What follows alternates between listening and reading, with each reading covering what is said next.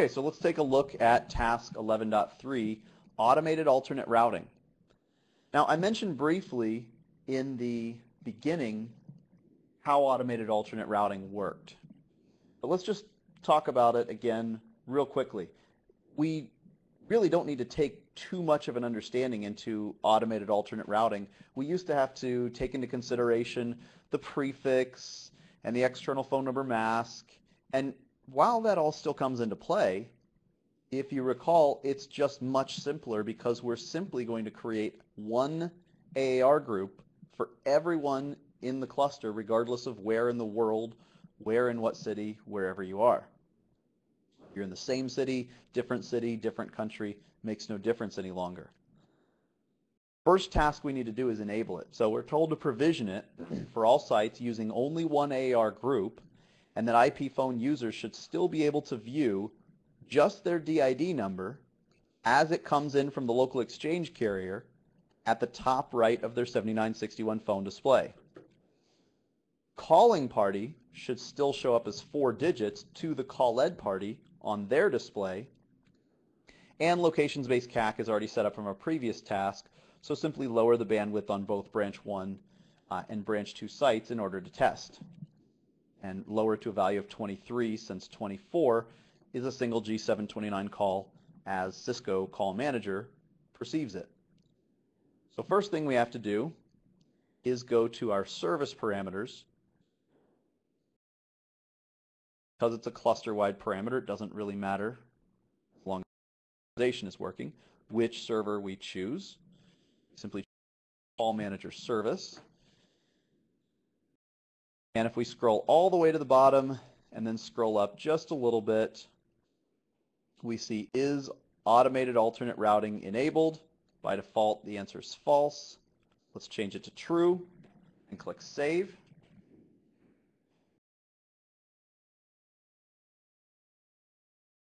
The update's successful.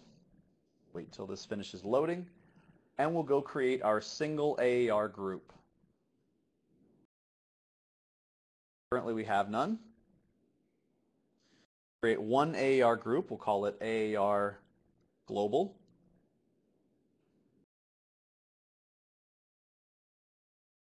And we don't need to put anything in the prefix. That's the beauty of the globalized plan. What we will do is let's jump over to a phone. We've already picked on branch 1, phone 1. And in the past, we've used the external phone number mask. Now, this field still will apply if nothing else is configured.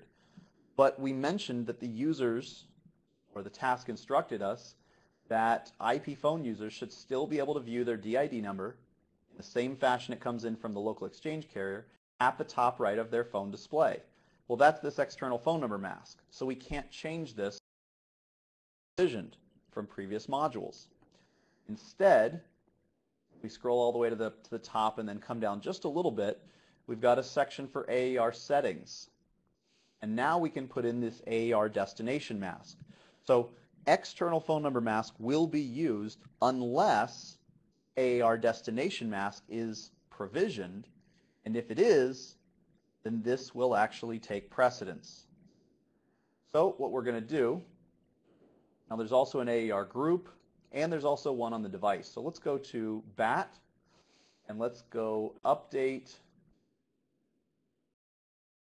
Now we mentioned earlier that, and we'd be smart to go ahead and do this now versus having to come back and do it again. We mentioned earlier that we were going to have tail-end hop-off, and that we never wanted AAR to see calling search space, or rather the partition, for our tail-end hop-off patterns once we create those. Right? So that could cause some issues, possibly.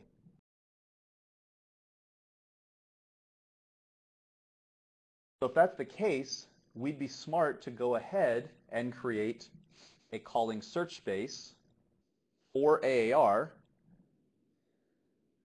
Calling search space for AAR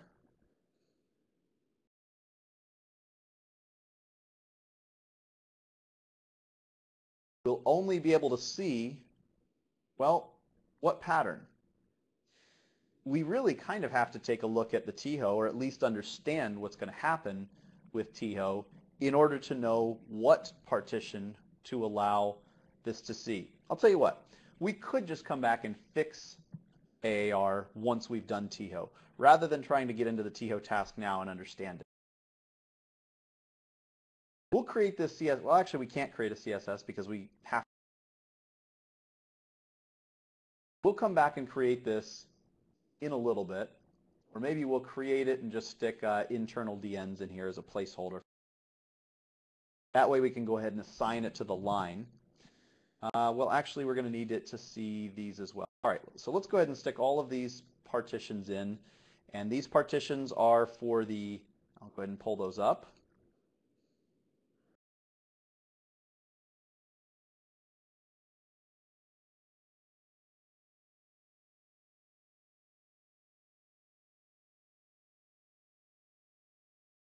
Okay, so all of the patterns that we might need, including and especially the plus patterns that are in partition dial device Netherlands and US, are what are going to be matched for our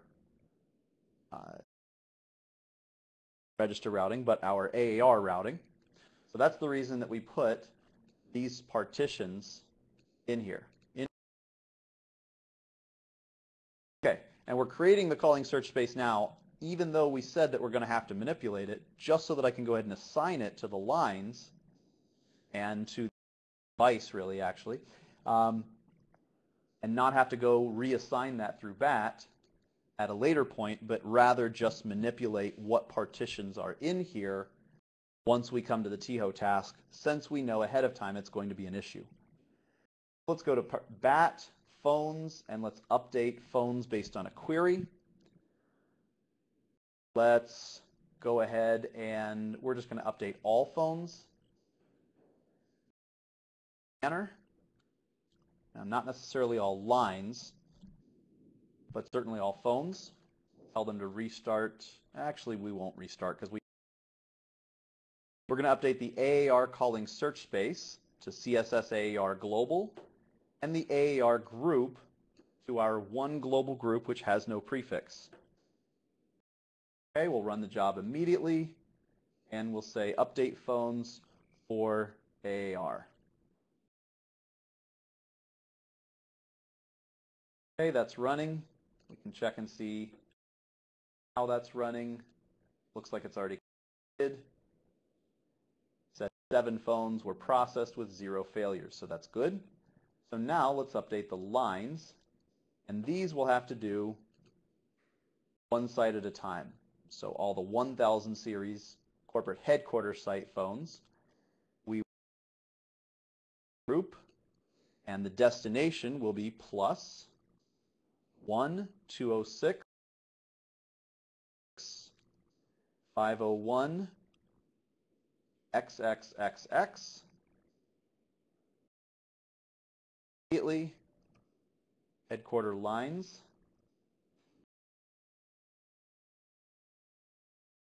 Then find the directory number that begins with 2.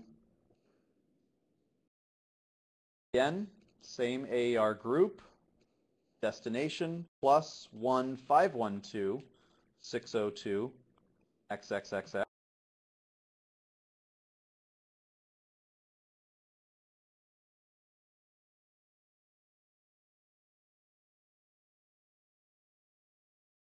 For our 3000 series, branch 2, again, AAR group, set to the global, and destination plus 3120 703 XXXX. If you're not sure where I'm getting that number from, go back and either, well, take a look at the previous modules, but we also have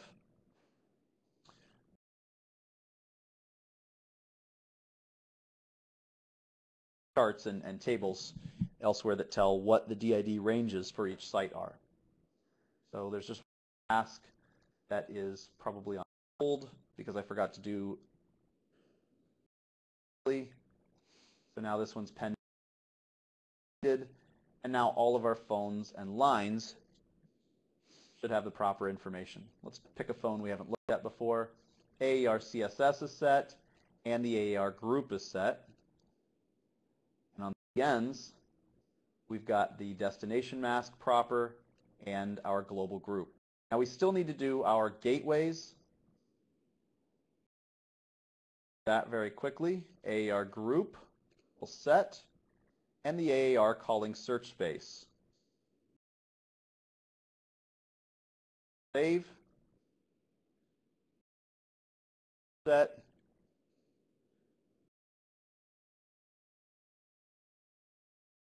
Our MGCP gateway, which actually will require us to briefly go out and say source.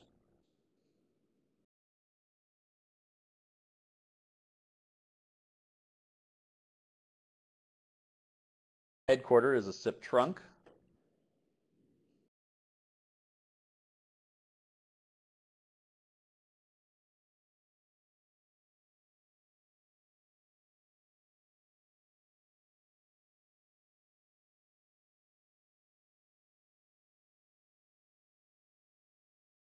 Okay, we'll tear down MGCP, up again, show CCNP registered with backhaul traffic, show ISDN status, multiple frames established, everything's good there.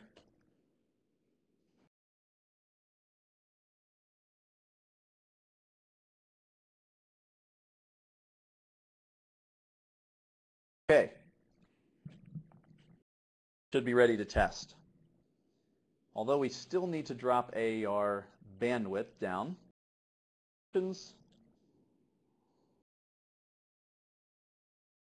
Drop branch 1 down to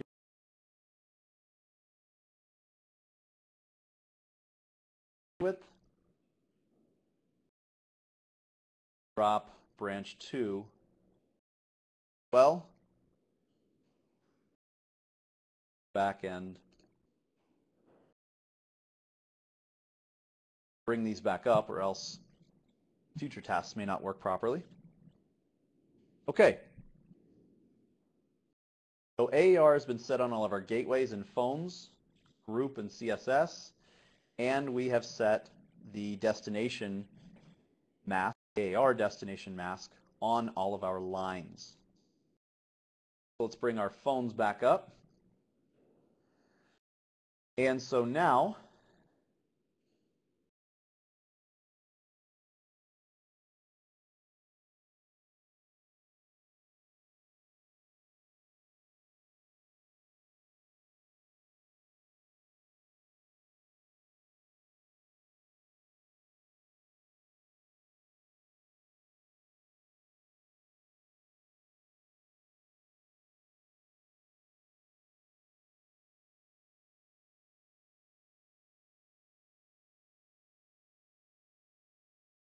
okay, so we've got one phone at each site.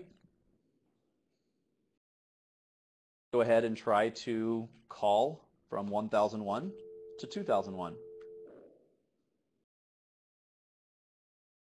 Okay, now network congestion rerouting. The call did reroute properly. Call left headquarters, came in branch 1, everything's good there. However, the only problem that we see is that we've got full E164 format on the calling, really the called display, but the calling number on that called display. And we were told, if we take a look back at the task, to ensure that the calling party should still show up as 4 digits. Now, or the calling party should still show up, the called party, as 4 digits. So we didn't mention anything about the person who was placing the call, their display. Really not so concerned about that. If they see that it's rerouting, they already see the message at the bottom anyway, so if they see the number, that's fine. The problem is, if this person sees a missed call, they go to directories, missed calls. Now, it's fine that it's in the proper format because that would also work from the corporate directory. So it's just up to, personal preference as long as you have routing working, because this should work. It does. it routes back out through the PSTN. Okay, so calling party was Eloise, and called party is Jack, so the call's ringing in now. There was our previous call the other way. So it's not that the call doesn't work, just that we were instructed otherwise. Okay, so we need to take care of this. So if the calling party should still show up as 4 digits on the called party's display, then we need to have some sort of translation, right? So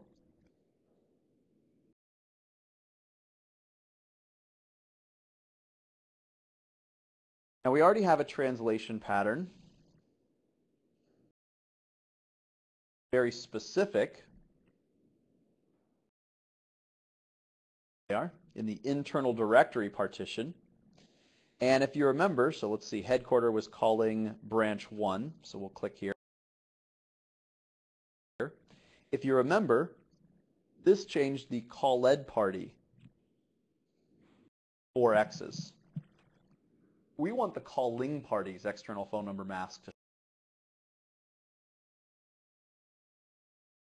So we need to make sure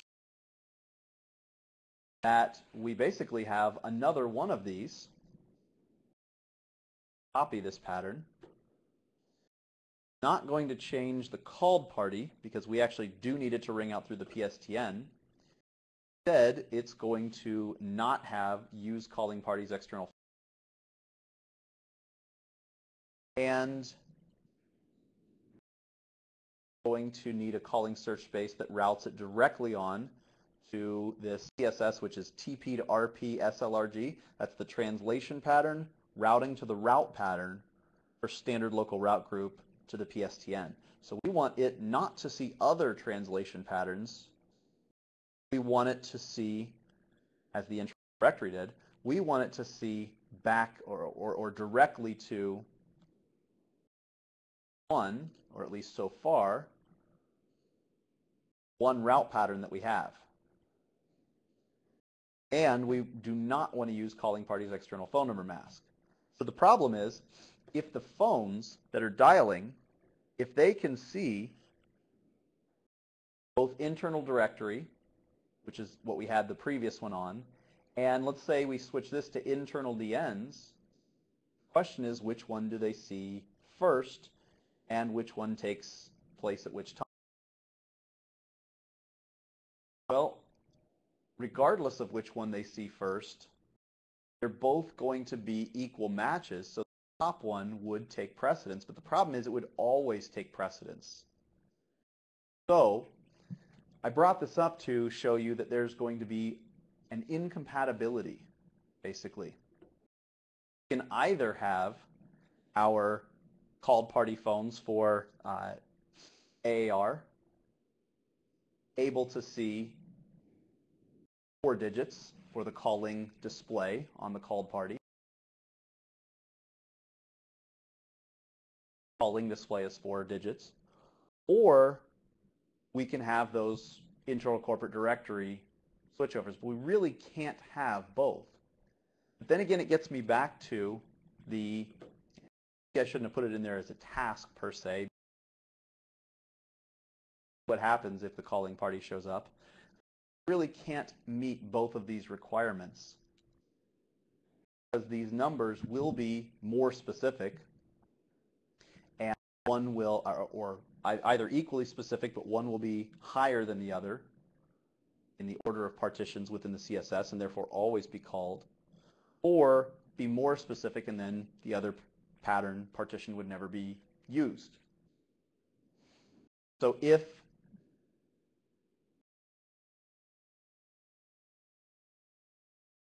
we did want to do anything relating to the first, then we couldn't have, or second option, then we couldn't have the first option. Because of that, we would prefer that when corporate directory plus dials are in fact dialed, that they route here on the local WAN rather than actually routing through the PSTN, of course.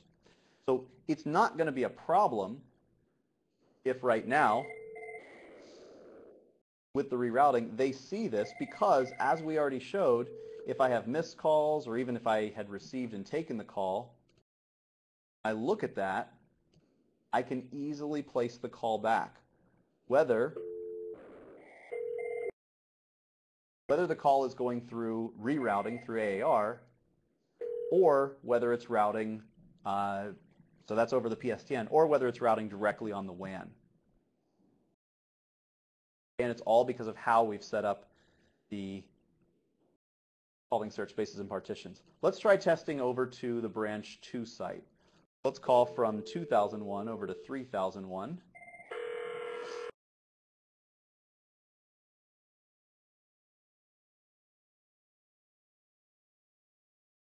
It's fairly loud. Okay, so we see the call went out. Branch 1 as international, and it came in branch 2 in the standard format again. Okay, again, all of this was due to the external phone number masks formatting the call properly. All we did on the branch 1 phone was dial 3001. The AAR external phone number mask formatted it to globalized format, found the gateway, in this case standard local route group, routed it out our local gateway, and our local gateway looked to its called party transformation patterns to realize that this was a +31 call from a country that is not the same as our gateway. So it left the country code and it plus and it added a 011. It actually added a 9011, which sent it from CUCM out to the iOS gateway, and then the iOS gateway stripped 9011 and prefixed on because of the POTS dial peer that strips explicitly matched digits. Okay, but again, once these call party transformation patterns are set up on the egress gateway, there's nothing else that we need to do